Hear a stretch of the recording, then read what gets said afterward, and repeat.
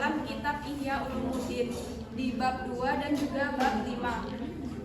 Langsung saja ke slide selanjutnya. Ini anggota kelompok kami yang bisa hadir cuma saya, Eka Putriani, saya Grena Al-Fathia, dan saya Hidayatul Aisyah. Dan untuk ketiga teman kita berhalangan hadir karena ada kegiatan di luar jam. Untuk pembahasan yang akan kita bahas pada presentasi kali ini, yang pertama adalah latar belakang kehidupan Imam Al-Ghazali, pandangan pendidikan Islam menurut Imam Al-Ghazali, perjuangan Imam Al-Ghazali dalam bidang pendidikan, dan yang terakhir adalah pemikiran pendidikan Islam menurut Imam Al-Ghazali.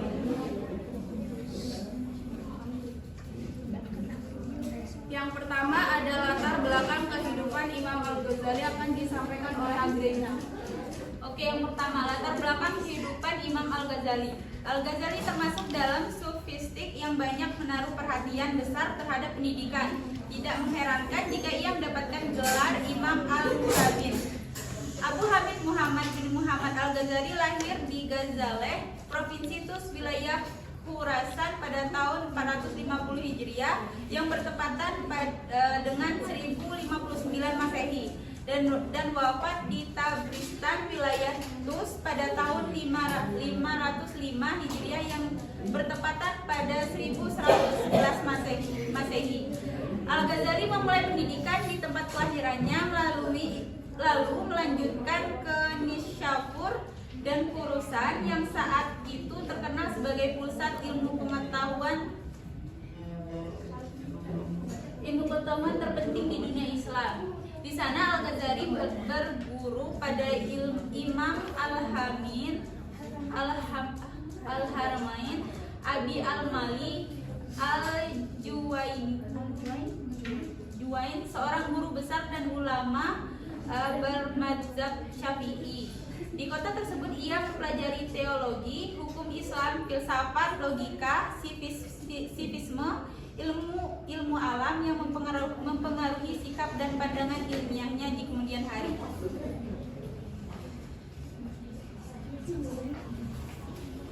Dan untuk selanjutnya dibaca oleh Salsa.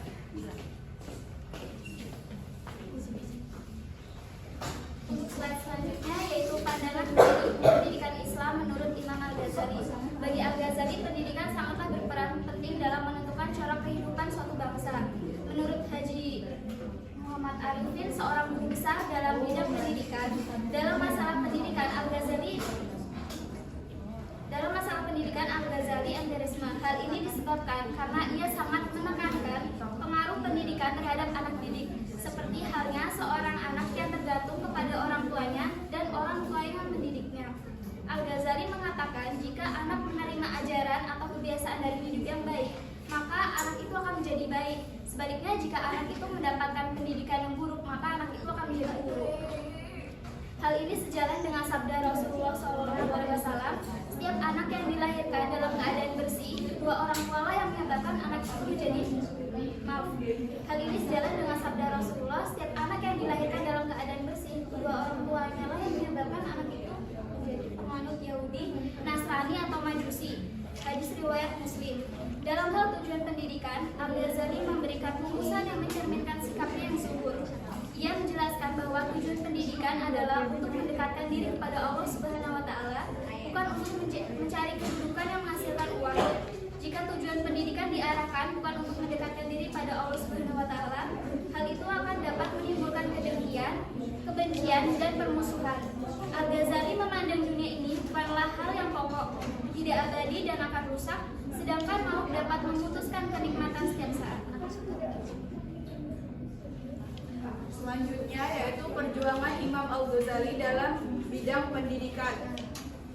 Imam Al-Ghazali memulai belajar di kala masih kecil, mempelajari fikih dari Syekh Ahmad bin Muhammad Ar-Razikani di kota Tusi. Kemudian berangkat ke Jurjan untuk mengambil ilmu dari Imam Abu Nasr Al-Ismaili dan menulis buku At-Tariqat.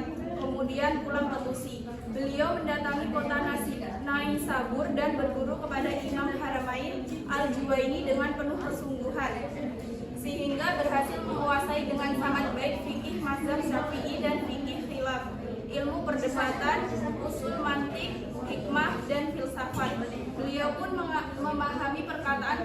ahli ilmu tersebut dan membantah orang yang menyelisihinya. Menyusun tulisan yang membuat kagum beliau yaitu Al-Juwani. Setelah Imam Haramain meninggal, berangkatlah Imam Al-Ghazali ke perkemahan Wazir Nizamul Malik karena majelisnya tempat berkumpul para ahli ilmu, sehingga beliau menantang debat kepada para ulama dan mengalahkan mereka. Kemudian Nizamul Malik mengangkatnya menjadi pengajar di madrasahnya di Baghdad dan merintahkannya untuk pindah ke sana. Maka pada tahun 484 Hijriah, beliau berangkat ke Baghdad dan mengajar di Madrasah An-Nizamiyah dalam usia 30-an tahun. Disinilah beliau berkembang dan menjadi terkenal mencapai kedudukannya yang sangat tinggi saat ini.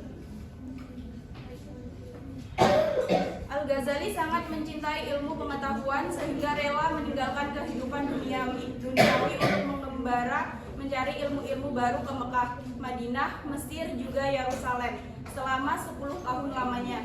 Di akhir hidupnya, Al-Ghazali pulang ke tanah kelahirannya dan mendirikan satu madrasah di samping rumahnya. Ia bahkan juga mendirikan asrama dan diperuntukkan untuk orang-orang sufi. Al-Ghazali menikmati hari tuanya dengan membaca Al-Quran, berkumpul dengan ahli ibadah, juga mengajar para penuntut ilmu.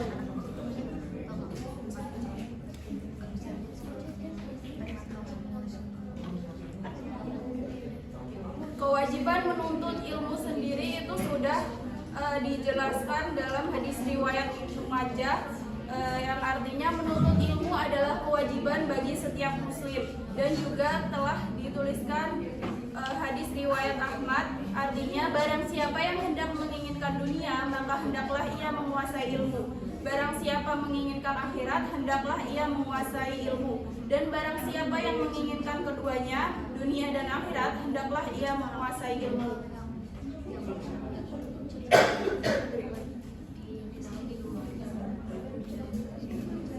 Selanjutnya yaitu pemikiran pendidikan Islam menurut Imam Al-Ghazali. Satu, yaitu ada pendidikan karakter. Al-Ghazali merupakan salah satu tokoh Islam yang sangat memperhatikan pendidikan karakter. Ia menyatakan bahwa pendidikan Islam harus mengaktifkan potensi rohani dan peserta didik bersama dengan potensi jasmani yang dimiliki. Pemikiran-pemikiran dari Al-Ghazali mengenai pendidikan karakter diungkapkannya dalam karya-karyanya, antara lain yaitu Ihya Ulumuddin dan Ayyuha Al-Walad. Pembahasan yang lengkap mengenai pendidikan karakter disampaikan dalam Ayyuha Al-Walad. Al-Ghazali meyakini bahwa pendidikan karakter merupakan inti dari pendidikan. Ia memperingatkan kepada para pendidik agar tidak berucap sesuatu yang tidak sesuai dengan tindakannya. Al-Ghazali mengutamakan pendidikan akhlak yang mulai dan menghindari akhlak yang buruk. Di antara ayat Al-Quran yang menjadi dasar pendidikan karakter dalam Islam adalah Al-Quran Surah Al-Luqman ayat 13-14 yang memiliki arti, dan ingatlah ketika Luqman berkata kepada anaknya ketika ia memberi pelajaran kepadanya, wahai anakku, janganlah engkau mempersekutukan Allah. Sesungguhnya mempersekutukan Allah adalah benar-benar kezaliman yang besar. 2. Pendidikan akidah akan dibaca oleh Salsa. Oke, yang kedua, menurut Al-Ghazali, pendidikan akidah harus dicegah dari timbulnya kesesatan, karena pendidikan harus memiliki strategi pembelajaran yang tepat. Al-Ghazali menolak pendapat dari mazhab Mu'tazilah mengenai kewajiban semua orang untuk berdebat mengenai akidah dalam konteks ilmu kalam. Al-Ghazali tidak mengharamkan ilmu kalam karena menurutnya ilmu ini dapat mengarahkan akidah seseorang dalam pencegahan dari kelompok ahli bidah atau kelompok pemikiran selain Islam. Dalam pembelajaran akidah, Al-Ghazali memberikan sebuah metode khusus bagi anak kecil dan bagi orang awam. Ia mengajarkan akidah dengan menggunakan ayat Al-Quran dan hadis yang penyampaiannya dilakukan dengan retorika yang tepat. Ia melarang pembelajaran ilmu kalam bagi orang yang tidak memenuhi persyaratan keilmuan untuk mempelajarinya.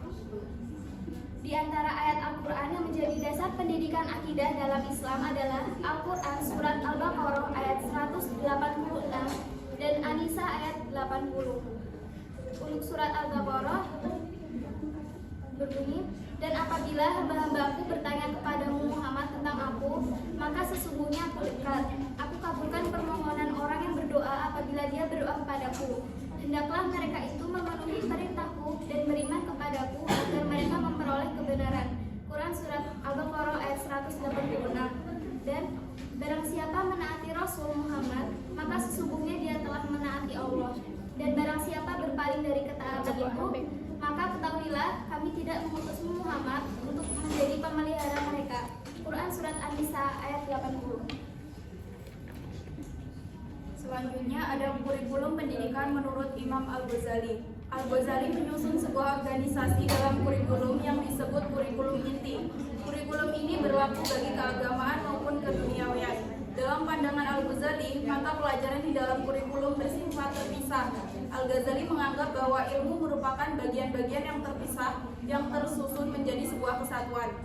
Yang pertama ada ilmu fardu kifayah, ada ilmu fardu ain, dan ilmu mubah. Tujuan pembagian ilmu ini sebagai bentuk pemilihan pengetahuan yang dibutuhkan oleh masyarakat muslim dan pengetahuan yang menjadi syarat untuk mempelajari dan melengkapinya. Al-Ghazali menetapkan ilmu-ilmu pokok keagamaan sebagai ilmu fardu ain. Ilmu ini menjadi pusat perhatian utama dalam pendidikan. Ilmu fardu ain ini menjadi pengarah dan pengendali bagi pengembang bidang keilmuan yang lainnya. Sedangkan ilmu fardu kifayah dan ilmu mubah menjadi dasar bagi pengembangan ilmu yang lainnya.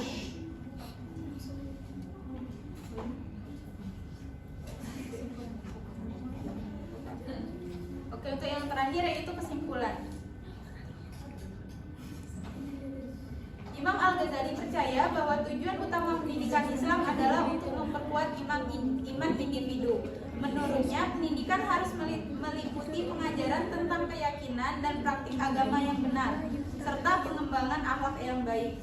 Pendidikan Islam harus melibatkan pemahaman tentang ilmu pengetahuan alam dan penemuan-penemuan manusia yang terkait dengan kehidupan sehari-hari. Imam Al-Ghazali juga mengajukan gagasan bahwa pengetahuan dan pemahaman sejati hanya dapat dicapai melalui pengalaman langsung dan refleksi pribadi. Oleh karena itu, pendidikan harus melibatkan praktik, pengalaman, refleksi yang dalam, serta pendidikan yang holistik dan integrasi adalah kunci untuk mengembangkan manusia yang seimbang dan berakhlak baik. Sekian presentasi dari kami, sesuai dengan perintah Bapaknya, diharapkan untuk teman-teman bertanya ya. Terima kasih. Ada nggak sih salah satu karya atau pembahasan Al-Ghazali yang diimplementasikan di pendidikan Indonesia? Baik, terima kasih.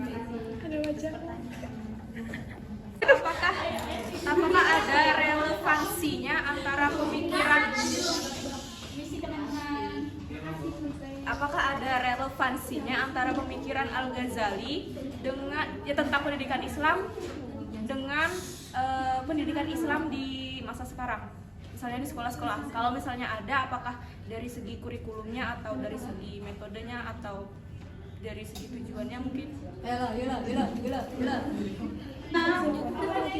Jawab. Cek. Yang benar Cek. Jadi kita akan menjawab pertanyaan dari Hilma.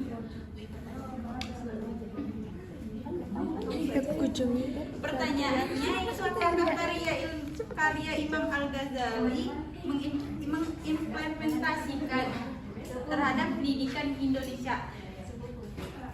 Jawabannya iya, seperti yang tertulis di buku kitabnya salah satu Al-Ghazali, yaitu kitab yang kita bahas ini Ihya Ulumuddin, tepatnya pada bab 2, yaitu yang membahas tentang ilmu fardu ain dan ilmu fardu kifayah. Dan sampai saat ini di pendidikan Indonesia, fardu ain dan fardu kifayah itu sendiri masih diterapkan. Fardu ain itu apa? Fardu ain itu ilmu wajib seperti ilmu agama, dan fardu kifayah itu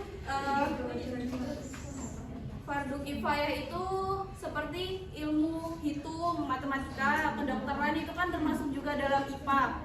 Terus ada juga teknologi dan politik, IPS dan lain-lain seperti itu.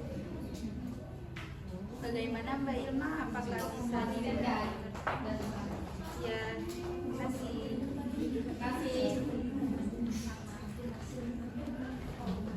Selanjutnya Kak Prisna, kita akan menjawab pertanyaannya tentang apakah ada relevansi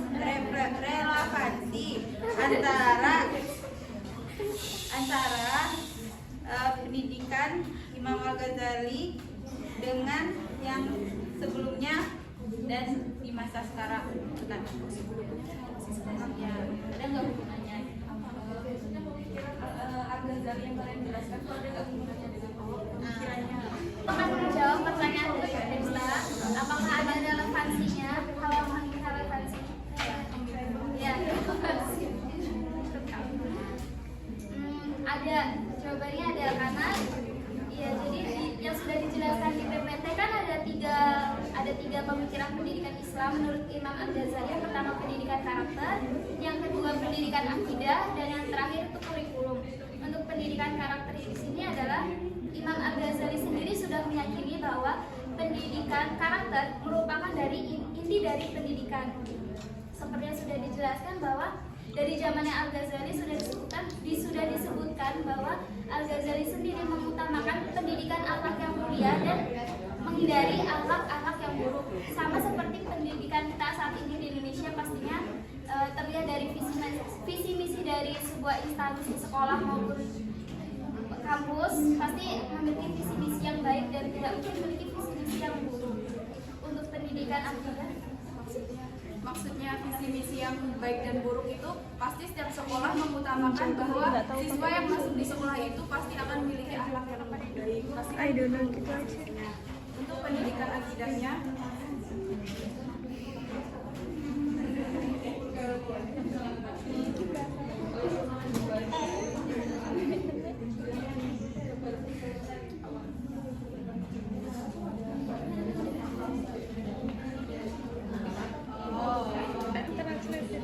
Jadi dalam pendidikan akidah, Al-Ghazali memberikan sebuah metode khusus bagi anak kecil dan bagi orang awam yang mengajarkan akidah akidah dengan menggunakan ayat Al-Quran dan hadis yang penyampaiannya dilakukan dengan retorika yang tepat. Jadi maksudnya dari situ yaitu pendidikan akidah itu hingga sampai saat ini juga kita masih menerapkan tentang pendidikan akidah yang dimana seperti yang kita ketahui seperti di ilmu akidah halak yang sudah kita pelajari sebelumnya itu juga udah dipelajari di pendidikan Imam Al-Ghazali sebelumnya, yang dimana berarti dari Imam Al-Ghazali sampai sekarang pendidikan akidah itu tetap berjalan. yang terakhir yaitu kurikulum pendidikan. Nah, di sini sama kayak ini, sudah dijelaskan sama kami tadi. Kita ada tambah lagi ini, ilmu fardu'ain dan ilmu ubah. Di sini saya akan menambahkan untuk konsep pendidikan yang dicetuskan oleh Imam Al-Ghazali sangat relevan dengan sistem pendidikan di Indonesia saat ini, yang ditinjau dari tujuan pendidikan, konsep pendidik dan peserta didik, metode pembelajaran, serta kurikulum yang diterapkan saat ini khususnya pendidikan karakter tadi. Kemudian ada di mana pada tataran aplikasi saat mengedepankan pada aspek pengembangan intelektual, moral, dan spiritual sehingga mampu mengembangkan potensi peserta didik agar menjadi manusia yang beriman dan bertakwa kepada Tuhan Yang Maha Esa, berakhlak mulia, sehat, berilmu, cakap, kreatif, mandiri, dan menjadi warga negara yang demokratis dan bertanggung jawab. sudah cukup Apakah sudah jelas?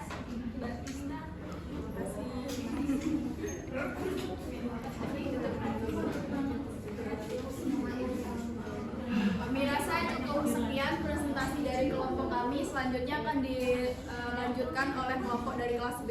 Terima kasih atas perhatiannya. Wassalamualaikum warahmatullahi wabarakatuh.